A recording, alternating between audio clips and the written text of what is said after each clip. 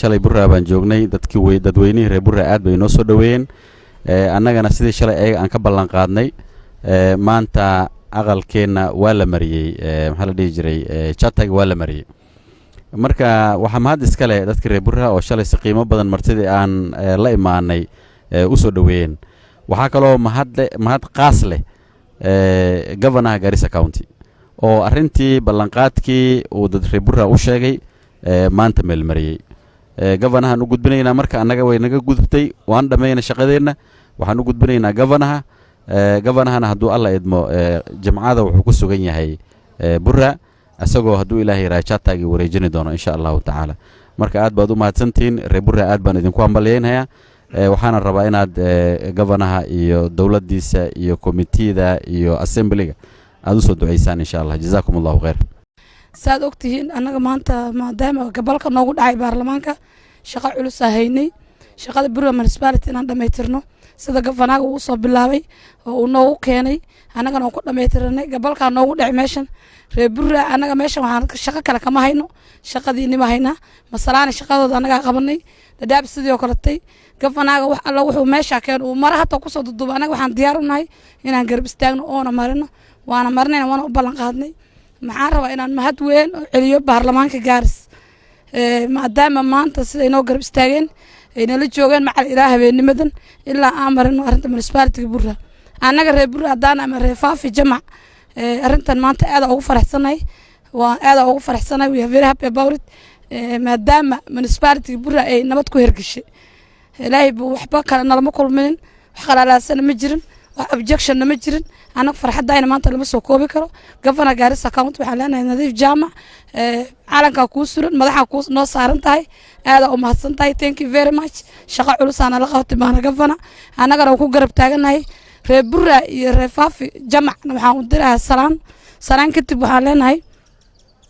arrinta governaga uu hirgeliyay annaga waan soo dhammaytirnay baarlamaanka hadaano maadaama wiilashin iyo gabdhaha baarlamaanka jooga qaasatan anaga qadraan burra baan ku dhashay shaqadana waan u istaagnay maasur waa la xiranay alxamdulillah ilaahay baan ugu garab istaagay walaalaheen oo baarlamaanka soo joogno ugu garab istaageen marka waxa idinka codsanaynaa maadaama reer faafi aan nahay ama reer burra codsi arrintan dawladda goboleedka Garissa garab bay nagu siinay dadweynaha annaga inaan u soo baxna oo municipality-ga aan soo bixina shaqadeeda aan qabana delivery services aan qabana meel alla meesha county government ee nadada wax ka soo qabta inaan u garab istaagno maadaama wixii zamaani hore location hebel iyo baakan ma jiro inaan saxeexano barkinta dhigano lama rabo shaqada municipality in laga soo baxo oo isku garab istaagno oo garab isku noqono yaa loo baahan I'm very sure reer burra professionals badan baa ka imaadaan cilmi badan bay leeyihiin dhalintooda maxaan rabnaa dawladda inaan garab u noqono municipality aan hirgelino oo reality aan ka dhigno reality dadweynahana garab bay nagu siinaa insha Allah taala farxad weyn bay noo tahay haddaan nahay Garissa County Assembly maxaan marinaynay chatagi iyo maaragtay reportkii ee keeneen committee oo burra municipality loo ansixinayay dhinacayna way ka dhamaatay wax alle wixii loo baahnaa meesha waan marinay meelaha la target kala siiyayna wararka oo dhan waaye ilaa qaxootiyaha uu ku jiro Kambicoos iyo maaragtay refugee complex la dhahaa dadka hoos garan hayaan qaxootiga Kambicoos iyo muxuu ahaayay xaganeeda saad ogtihiin Kambicoos hadda kam ma aha waa laga bedelay settlement bay noqonaysaa Ifo2 iyo Kambicoos macnaheedu waxa waa integration macnaheedu waxa waa dadka locality halka degan oo reer Calan Juqur iyo area dhamaan Faafiwo fursadda ayagana way ku lahaan doonaan haddii Ilaahay yiraahdo maaragtay special municipality-ga laga hadlayo fursadda way lahaan doonaan wayna leeyihiin waxaan u sheegaynaa una ballan qaadayna mar walba inaan intuu joogno inaan garab ugu noqono reer Gaaris wax walba ay u baahan yihiin service-ka kuma koobno ruux walba warku laga soo doortay ma aha mar walba inaan isgarabsano reer Gaaris hadaan nahay ruux kasta meel baa laga soo doortay aniga hadda laga soo dooran burra laakiin shalay markii la marinay dadaab la marinay way taagnaan garabna weel aha waxa la wixii dadka ka imaadeen maartay ada consensus ka imaadeen ama ada words ka imaadeen maantana sida oo kala dhaxdan u xiranay hadee burra la tagayo waraysi dadka la waraysanaya noqoto iyo mariskeedu mar walba saasaan garab isku nahay reega maartay MCA-shaga aragoo iskala qaadahaynin soddonka war laga soo doorta dhamaan garab baan isku nahay howl walba imaanayso inaan garab ugu noqon dawladana garab baan ugu nahay aad baan ugu faraxsanahay governaga Gaaris aad iyo aad kaaga mahad celinayna maxaa tustay midnimo maxaa tustay sign of maartay unity maartay you are symbol of unity maxaa yeelay markaad fiiriso hata municipality qaabkay kala yihiin hoos ahaan markaan isfiirino waa laga wada muuqdaa maaragtay dhammaan waa laga muuqdaa saddexda maaragtay municipality hadda la sameeyey aad baan ugu mahadsantahay governor aad baan ugu mahadcelinaynaa reer Burhan iyo dhammaan maaragtay Garissa County marka maanta meeshan maxaa ka dhacday maxaan marinay Burra municipality charter on shalay anaka aan joognay Burra on suubinaynay public participation on ka soo qaadaynay fikrooyinka iyo shacabka Burra siday u rabaan municipality-da inay noqoto horta maxaan ku horumarinay reer Burra aad ba u mahadsantihiin shalay sida wanaagsan ay fiican ay noo soo dhaweeyeen aad bay ugu mahadsan yihiin ma hadda labaad maxay u noqotay governaga his excellency Nadiif Jaamac oo ballantii uu reer Burra uu ka qaaday haddana maanta insha Allah maanta ay ilaahay uu noo fuliyay waa the third municipality within 1 year aan soo binay haddaan nahay assembly marka taasaytana maxay tusaysaa assemblyga Garissa inaan aad u shaqaynayno inaan ummadda Garissa ayna soo dooratay aan u shaqaynayno devolution macnaheedu maxay ahayd in la gaarsiiyo resources to the lower level taana hadda waxaan arkayaa way suurtagelaysaa waayo hadii municipality la suubiyay maxay ka dhigan tahay resourceski iyo wixii kulliba maamulki inay hoos la aadin marka aan maanta aad baan u faraxsanahay aad baan u faraxsanahay insha Allah reer Burhana maxaan leeyahay hambalyo waan hambalyaanaynaa sida wanaagsan oo maanta charter loogu mariyay assemblyga dawladaha ilaahdana jamcada governaga waan soo raacaynaa Mashujaa Day iyo maxaa la suubin rabaa official launchki of the municipality maanta ilaahay baa mahad iskale maanta waxay noqotay maalin aad iyo aad u farax badan magaalada saddexaad inay noqoto Burra municipality waxaan aad ugu mahadcelinaynaa governaha Garissa County his excellency Nadiif Jaamac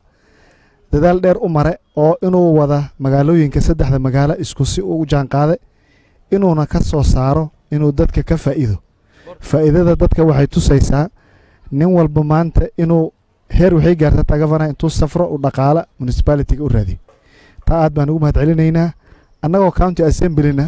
waxaan caddaynaa maanta inaan garab u nahay Burra municipality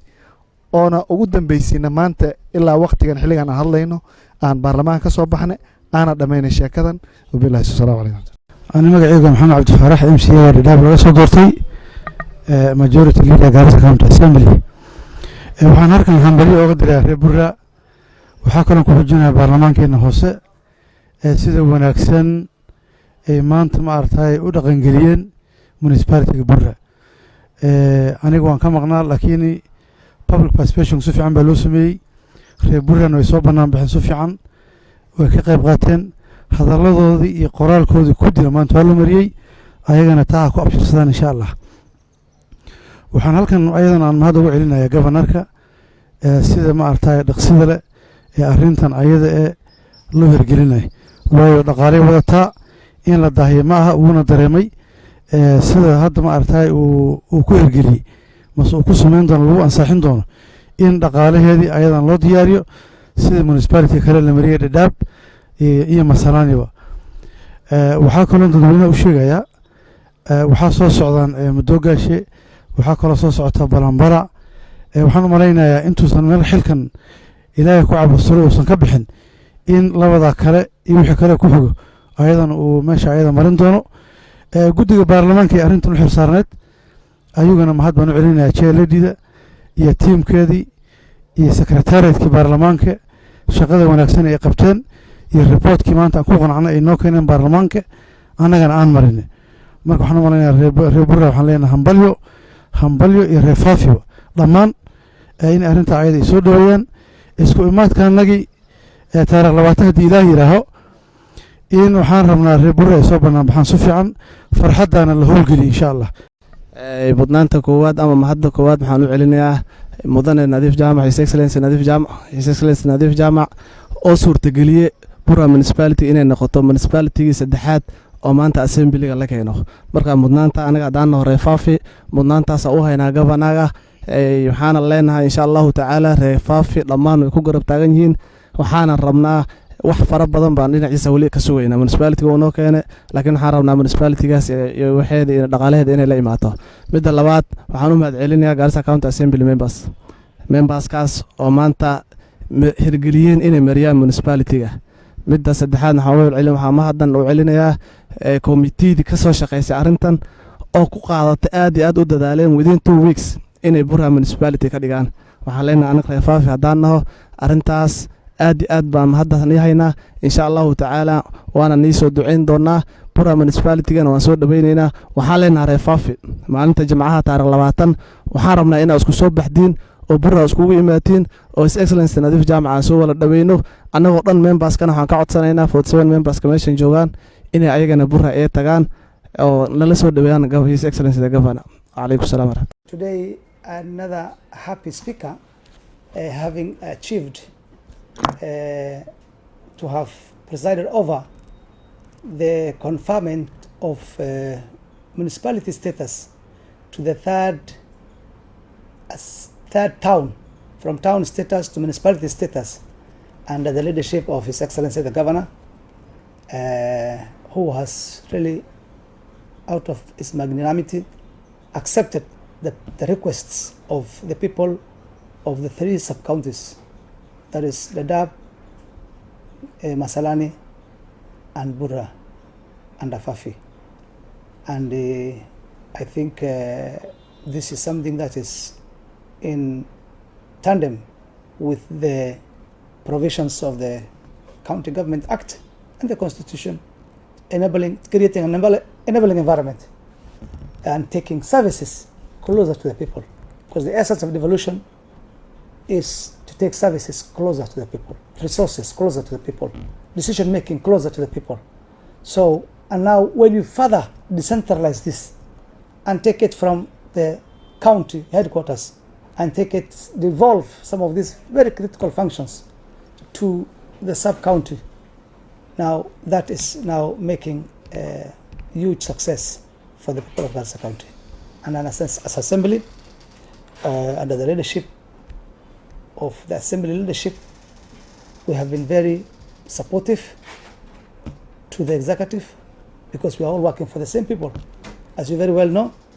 our role is to complement. These are 2 arms of government that are independent of each other, but dependent on each other. I have no doubt, without any fear of contradiction, I am certain that the executive under the leadership of His Excellency are going to run away with this idea and make sure that this thing is operationalized to the best. And I'm sure already we have allocated funds for Masalani,